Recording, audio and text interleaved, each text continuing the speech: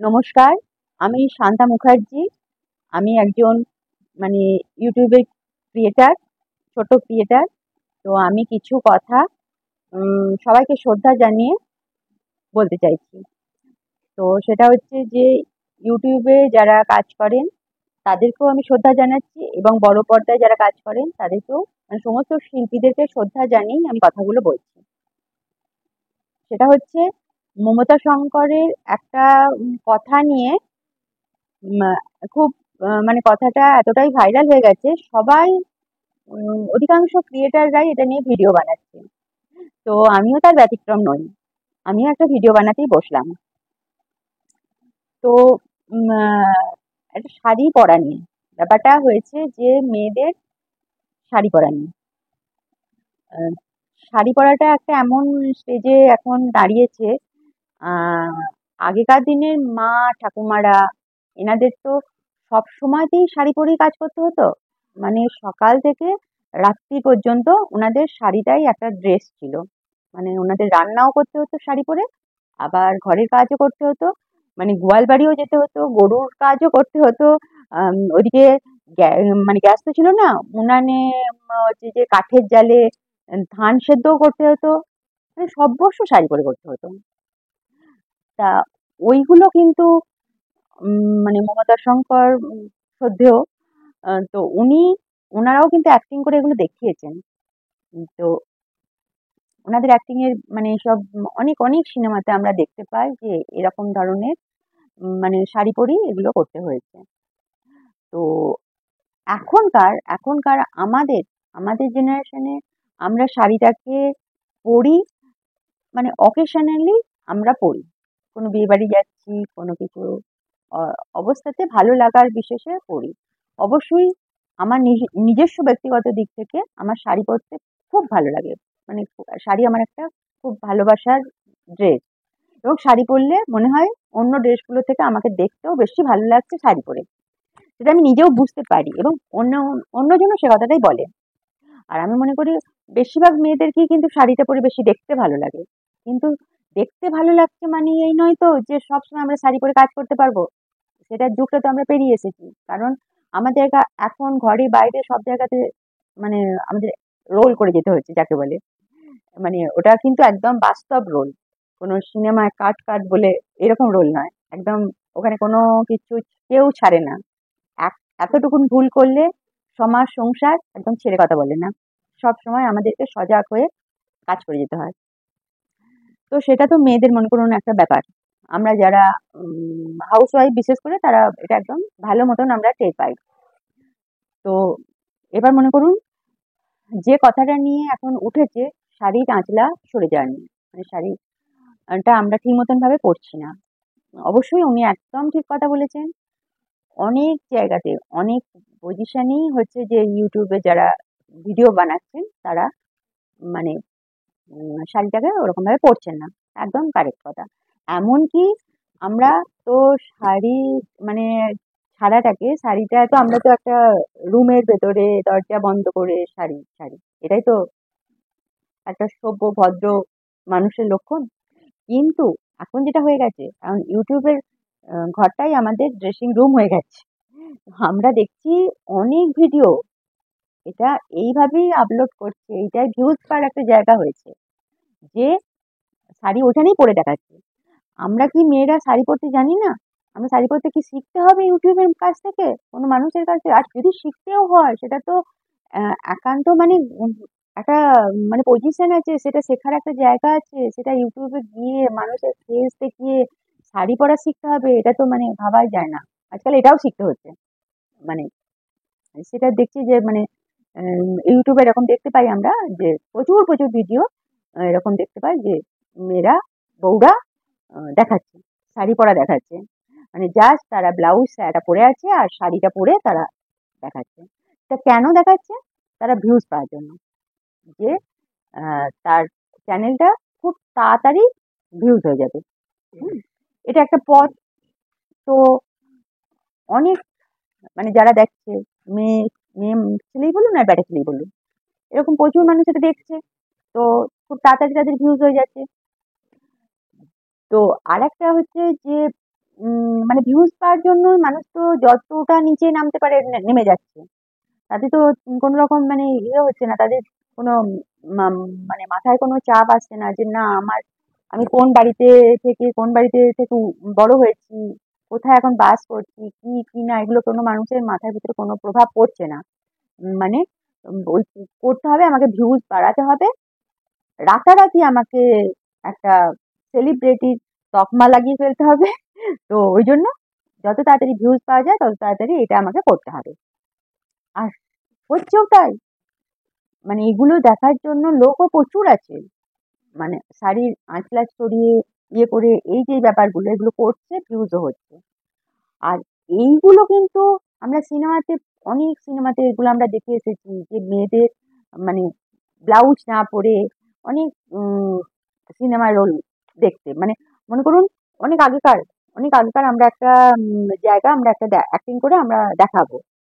অনেক আর্টিস্টকে আমরা বলতে মানে আর্টিস্ট, বড় বড় আর্টিস্টরা, এই মনে করুন 1960-70 এরকম দশকের যেসব সিনেমাগুলো, সেগুলো আমরা দেখেছি যে মানে সেই সিনেমাগুলো এখন যারা অ্যাক্টিং করছে তারা কিন্তু তখনকার যেরকম যে জেনারেশনে যেরকম ড্রেসগুলো পরতো সেই ড্রেস করেই এখন তাদের অ্যাক্টিংটা করতে হচ্ছে।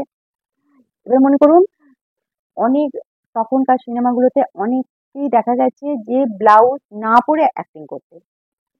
এবার যেমন করে স্ক্রিপ্টে লেখা থাকে, যেরকম করে পরিচালকরা বলে তাদেরকে সেই অ্যাক্টিংটাই করতে হয়েছে, সেটাই তো বাধ্য মনে করুন। এবার তাদেরও তো একটা সংসার চালাবার দায়বদ্ধতা আছে। এবার তারা তো সেই দায়বদ্ধতা থেকেই তাদেরকে ওই অ্যাক্টিংটা করতে হচ্ছে।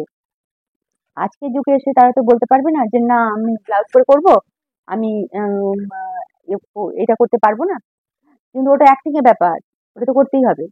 কারণ ওইটা তো ওই টাইমটা দেখানো হচ্ছে, আজকের টাইম ওটা দেখানো হচ্ছে না। হ্যাঁ, তো সেটা তাই জন্য তারা আর্টিস্ট আর্টিস্টের জায়গা থেকে ওইটা অ্যাক্টিং করে দেখাচ্ছেন। এবার ব্যাপারটা ঠিক আছে, ব্যাপারটা ওটা ঠিকই আছে। আহ, তার সংসার চলবে, তার আমরা অনেক আর্টিস্টদেরকে জানি যে কত কষ্ট করে মানে তাদেরকে এই পেশাটা থেকে হয়ে গিয়ে তারপর তাদেরকে মানে অ্যাক্টিং করতে হয়েছে, ওখানে অ্যাক্টিং করে মানে সংসার চালাতে হয়েছে। এই পেশাটা তাদের এতটাই দরকার, মানে অ্যাক্টিং করাটা এতটাই দরকার। আবার তাদের আমরা এমনও পরে পরে আবার ইয়ে থেকে অনেক জায়গা থেকে পড়ে অনেক সংবাদ মাধ্যম মারফত আমরা জানতে পেরেছি যে তারা এত বড় আর্টিস্ট কিন্তু তারা- তাদের এখন আর মানে আহ, সংসার চালানো এখন তাদের আর পয়সা নেই, অনেক মানে ইয়ে হয়ে গেছে। তো সেটা তো অনেক আলাদা ব্যাপার হয়ে গেল, অন্য একটা দিক। আজকে যে ব্যাপারটা নিয়ে আমরা কথা বলছি সেটা হচ্ছে যে এবার অ্যাক্টিং এর জন্য তাদের সেটা করতে হয়েছে। আর এই যে মনে করুন যারা ছোট মাপের এই যে ক্রিয়েটাররা ইউটিউবে যারা কাজ করছে, তারাও অনেক মানুষের মানে এই শরীর দেখিয়ে ইনকাম করে তাদের হয়তো অনেক, সত্যি সত্যি অনেক বাচ্চা কে হয়তো দুধের দামটা মাকে ওইভাবেই জোগাড় করতে হচ্ছে। এখনো এরকম মাও আছে, কিন্তু অধিকাংশ অধিকাংশ মেয়েই এটা মানে খারাপটাই করছে, খারাপ জিনিসটাই সহজে মানে এটা থেকে পয়সাটা সহজে এটা মানে ভিউজ হয়ে যাচ্ছে, সহজে তার ইনকামটা হয়ে যাচ্ছে, সেই জন্য এই পথটা ধরে নিচ্ছে। এটাই হচ্ছে ব্যাপার। কিন্তু আমি মনে করি যে যদি এটা সহজে তাড়াতাড়ি কোনো জীবনে উন্নতি করা যায় না, ভালো কাজ করে নিজের পেশাটাকে সম্মান করে ভালোবেসে, হ্যাঁ একটু টাইম লাগবে ভদ্রভাবে কাজ করতে গেলে, সেখানে ভিউজ আসতে টাইম লাগবে। কারণ উম, আঁচল সরিয়ে শাড়ি সরিয়ে এগুলোর তাড়াতাড়ি ভিউজ আসে, কিন্তু আমাদের মতন যারা আমরা ভদ্রভাবে ভিডিও বানাই তাদের ভিউজ আসতে একটু টাইম লাগবে, কিন্তু আসবে একদিন। তো শাড়িটা আমাদের বাঙালিদের একটা খুব সেনসিটিভ জায়গা। শাড়ি আমরা প্রচন্ড ভালোবাসি শাড়ি পরতে, আর শাড়ি পরলে প্রত্যেকটা মেয়েকে তো ভালো লাগেই।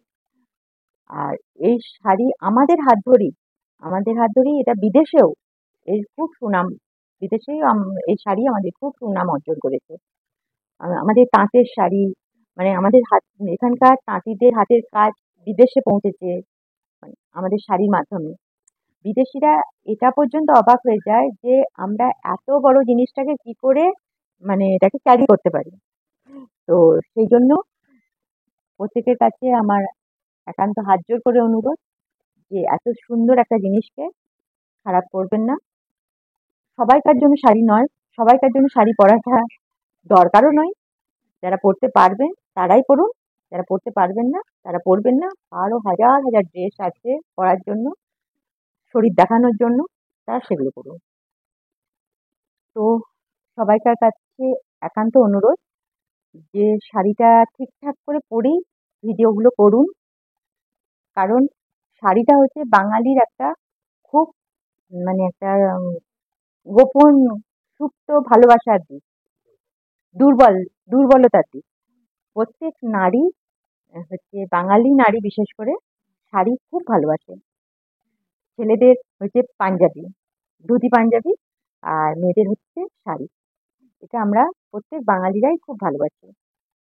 তো সেই শাড়িটাকে নিয়ে যদি এরকম বিকৃতভাবে কোনো কিছু নিয়ে কথা ওঠে, সেটা খুব খারাপ লাগে। আমার তো খুব খারাপ লেগেছে। আর ওনারও নিশ্চয়ই খুব খারাপ লেগেছে বলেই উনি এটার প্রতিবাদ করেছেন। তো সেটাই একান্ত আমার অনুরোধ যে শাড়িটা ঠিক করে পরে যেটাই করুন ঠিক ঠিকঠাকভাবে পোশাক পরে করুন। কারণ আমরা অনেক কষ্টে সভ্যতায় এসে পৌঁছেছি। মানে আমরা আগে এই অনেক অনেক কাল আগে আর কি আমরা কোনো পোশাক পরতাম না। তখন থেকে আস্তে আস্তে আস্তে আস্তে আমরা পোশাক পরেছি, আমরা মানুষ হয়েছি। তো সেইটা বজায় রাখুন, তাহলে সমাজের দেশের সব ক্ষেত্রে ভালো হবে। তো এটা বলেই আমি আমার বক্তব্য শেষ করছি। আশা করি আমার মতামতের সঙ্গে আপনারাও একমত হবেন। তো সেটা আমাকে একটুখানি বলবেন যে কে কে আমার মতের সঙ্গে একমত হয়েছে। ঠিক আছে, নমস্কার।